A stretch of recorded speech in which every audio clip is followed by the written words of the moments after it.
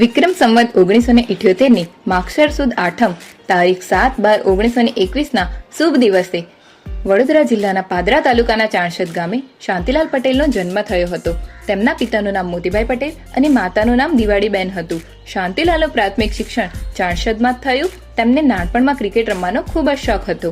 તારીખ 22/11/1939ના રોજ અમદાવાદની આંબલીની પોળમાં શાસ્ત્રીજી મહારાજે તેમને પાર્ષદી દીક્ષા આપી અને 3 મહિના પછી તારીખ 10/1/1940માં ગોંડલમાં યોગીજી મહારાજે ભગવદી દીક્ષા આપી અને શાંતિલાલનું ભગવદી નામ પડ્યું નારાયણ સ્વરૂપદાસ.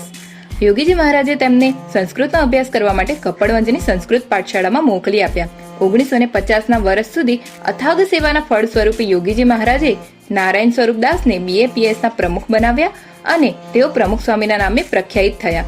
આ રીતે આપણને મળ્યા આપણા પ્રમુખ સ્વામી મહારાજ. પ્રમુખ સ્વામીએ લગભગ 18,000 જેટલા ગામડા અને દેશ વિદેશમાં વિચરણ કર્યું અને લાખો યુવાનોને વ્યસન મુક્ત કરી સત્સંગના માર્ગે વાળ્યા છે.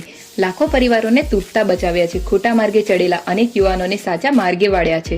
આ તો થઈ ચલો સમાજની વાત, પરંતુ દેશ વિદેશની સેવામાં પણ આપણા પ્રમુખ સ્વામી મહારાજ અડીખમ ઉભા રહ્યા છે. કચ્છનો ભૂકંપ અને પૂરની સ્થિતિમાં તેમણે લોકોની સેવામાં પછીપાની કરી નથી. પ્રમુખ સ્વામીએ લગભગ 844 જેટલા સંતોને દીક્ષા આપી, અંદાજે 900 જેટલા મંદિરો બનાવ્યા અને તેમના દિલ્હીનું અને ગાંધીનગરનું અક્ષરધામ મોખરે છે. આ બાબતનો ગિનિસ વર્લ્ડ રેકોર્ડ પ્રમુખ સ્વામીના નામે છે. વર્ષ 2000માં યુએનની ધર્મ સંસદમાં પ્રમુખ સ્વામી મહારાજે ગુજરાતીમાં પ્રવચન આપીને દુનિયાના ગુજરાતી ભાષાનું ગૌરવ વધાર્યું. ડોક્ટર APJ અબ્દુલ કલામે પોતાના પ્રમુખ સ્વામી સાથેના અનુભવો પોતાના પુસ્તક ટ્રાન્સેન્ડન્સી માય સ્પિરિચ્યુઅલ એક્સપિરિયન્સ વિથ પ્રમુખ સ્વામીજીમાં વર્ણવેલા છે. બ્રિટનની પાર્લિયામેન્ટમાં પણ પ્રમુખ સ્વામી મહારાજનું સન્માન થયેલ છે. લગભગ 54 વર્ષ સુધી સાધુ રહ્યા અને 44 વર્ષ સુધી સંસ્થાના પ્રમુખ રહ્યા. જીવનના અંત સમયમાં પિત્તાશયનું ઓપરેશન, હાર્ટની બાયપાસ સર્જરી હોવા છતાં હંમેશા મલકાતા ચહેરે દર્શન આપતા પ્રમુખ સ્વામી આજે પણ આપણા અંતરમાં વસેલા છે. સાળંગપુર ધામ મંદિરે તારીખ 13/8/2016ના રોજ પ્રમુખ સ્વામી ધામમાં પધાર્યા.